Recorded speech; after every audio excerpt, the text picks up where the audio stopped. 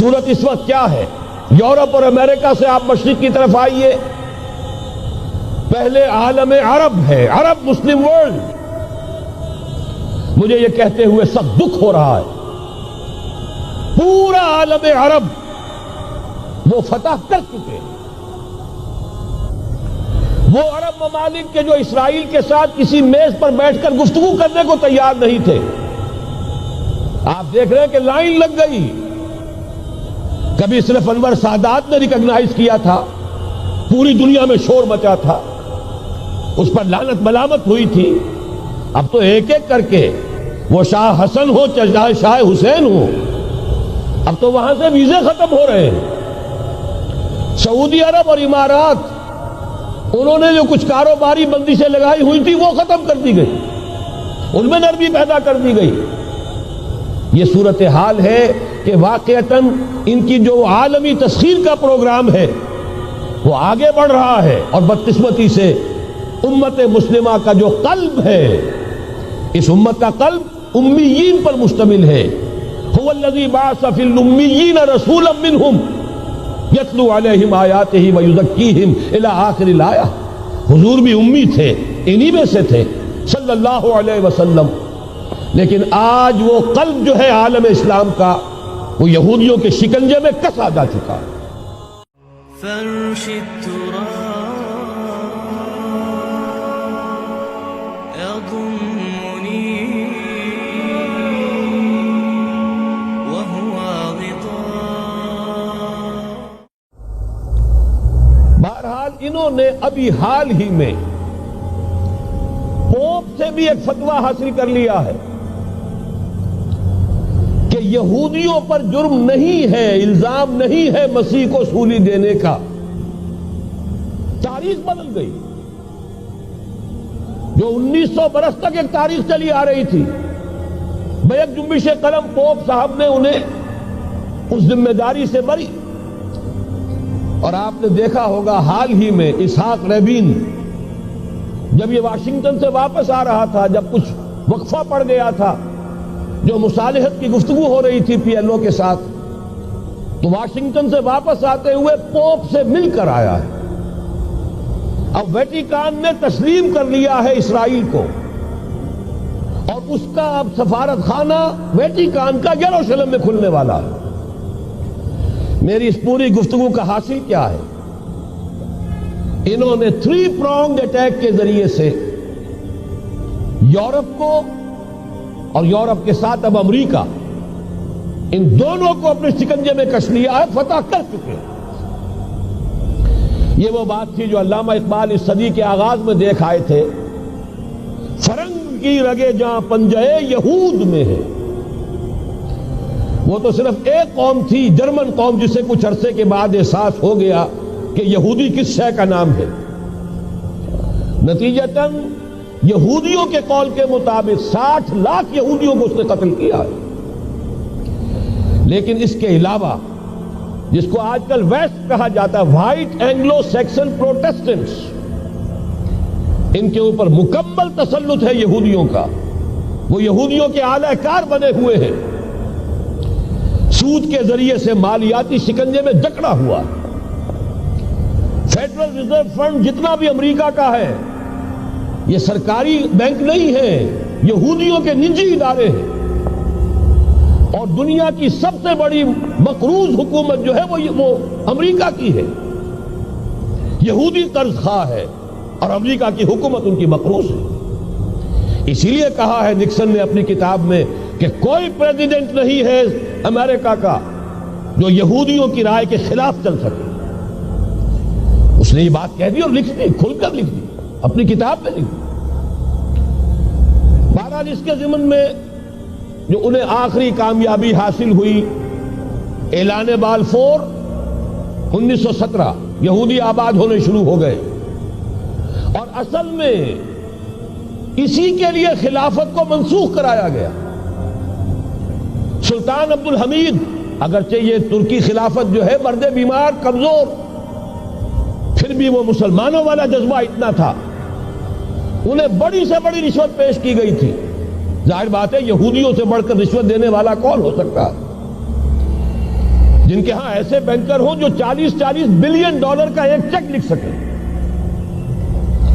پھر یہ کہ ان پر سیاسی دباؤ بہت ڈالا گیا. انہوں نے جب تک خلافت عثمانیہ برقرار رہی یہودیوں کو فلسطین میں آباد ہونے کی اجازت نہیں دی کہ جو معاہدہ کیا تھا حضرت عمر نے رضی اللہ تعالی عنہ، خلیفہ ثانی نے، خلیفہ راشد نے، ہم اس کے پابند ہیں اور ہم یہاں یہودیوں کو آباد ہونے کی اجازت نہیں دیں. لہذا انہوں نے اس خلافت ہی کا بستر طے کرایا، اس لیے کہ نہ رہے بانس نہ بجے بانسری، نہ مسلمانوں کی وحدت ملی کی کوئی علامت دنیا میں باقی رہے اور نہ مسلمان کسی مسئلے پر جمع ہو کر کوئی موقف اختیار کر سکے. اعلان بلفور کے نتیجے میں آباد کاری شروع ہوئی. 1948 میں اسرائیل قائم ہو گیا، معجزہ ہو گیا. 1967 میں اس کی توسیع ہو گئی. اس میں ایک بات اور بھی عرض کر دوں، یہ سارا کس طور سے ہوا ہے کام؟ آپ نے زائنزم کا نام تو سنا ہے، صہیونی تحریک.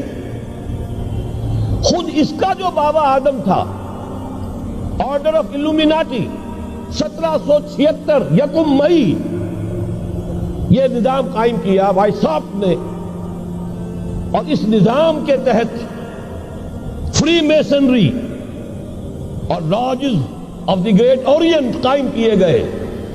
یہ سارا ہتھ کنڈا وہ ابلیسی نظام، اس کی تفصیل ایک کینیڈین آتھر نے لکھی ہے کتاب میں، پاؤنز ان دی گیم. یہ سارا دھندا ایک شیطانی چکر ہے، ابلیسی چال ہے، اور اس کے ذریعے سے اسرائیل قائم ہوا اور اس کی توسیع بھی ہوئی 1967 میں. اب یہاں تک پہنچنے کے بعد ان کے پیش نظر بقیہ دنیا کی تسخیر اور اسے فتح کرنے کا معاملہ ہے، اور سب سے بڑھ کر اسلام کی بیخکنی اور اس کا راستہ روکنا یہ ان کے پیش نظر ہے. یریدون لیطفئوا نور اللہ بافواہہم. صورت اس وقت کیا ہے؟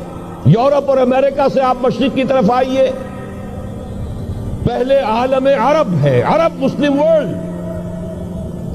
مجھے یہ کہتے ہوئے سخت دکھ ہو رہا ہے، پورا عالم عرب وہ فتح کر چکے. وہ عرب ممالک کے جو اسرائیل کے ساتھ کسی میز پر بیٹھ کر گفتگو کرنے کو تیار نہیں تھے. آپ دیکھ رہے ہیں کہ لائن لگ گئی. کبھی صرف انور سادات نے ریکگنائز کیا تھا، پوری دنیا میں شور مچا تھا، اس پر لعنت ملامت ہوئی تھی.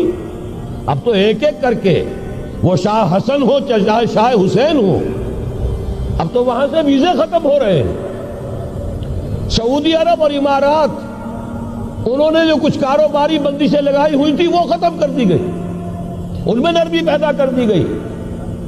یہ صورتحال ہے کہ واقعتاً ان کی جو عالمی تسخیر کا پروگرام ہے وہ آگے بڑھ رہا ہے، اور بدقسمتی سے امت مسلمہ کا جو قلب ہے، اس امت کا قلب امیین پر مشتمل ہے.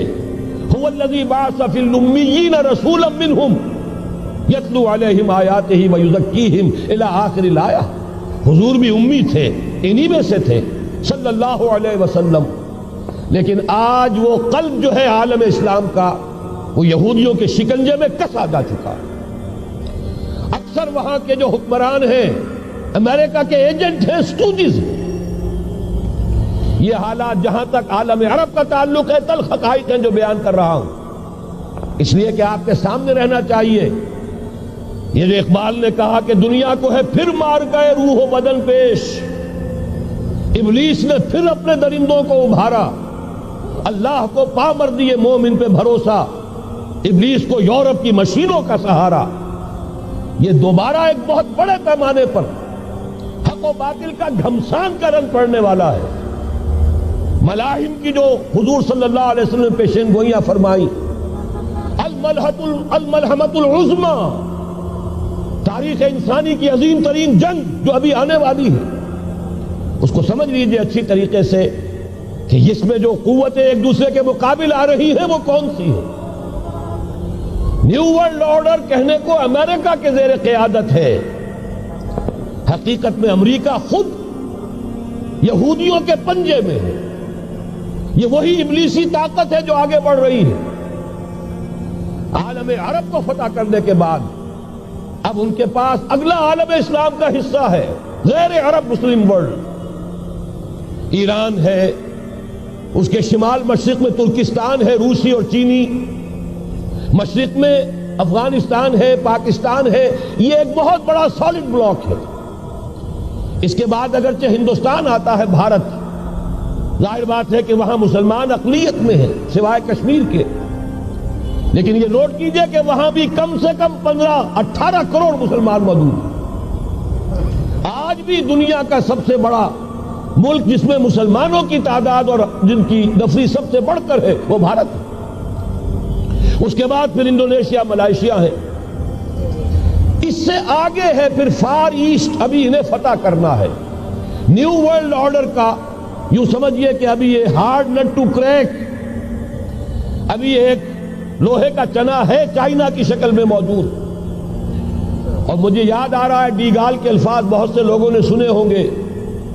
اس نے کہا تھا کہ ہم نے خام خواہ روس کو اپنا دشمن بنا لیا ہے. وہ تو ہمارا بھائی ہے، وائٹ ریسس، وہ تو بنیادی طور پر یورپین قوم ہے. Beware of the yellow masses of the East. تمہیں گھبرانا چاہیے، تمہیں خبر لینی چاہیے. وہ مشرق بعید کے جو زرد رو لوگ ہیں، China, Indo China, Japan, yellow recess.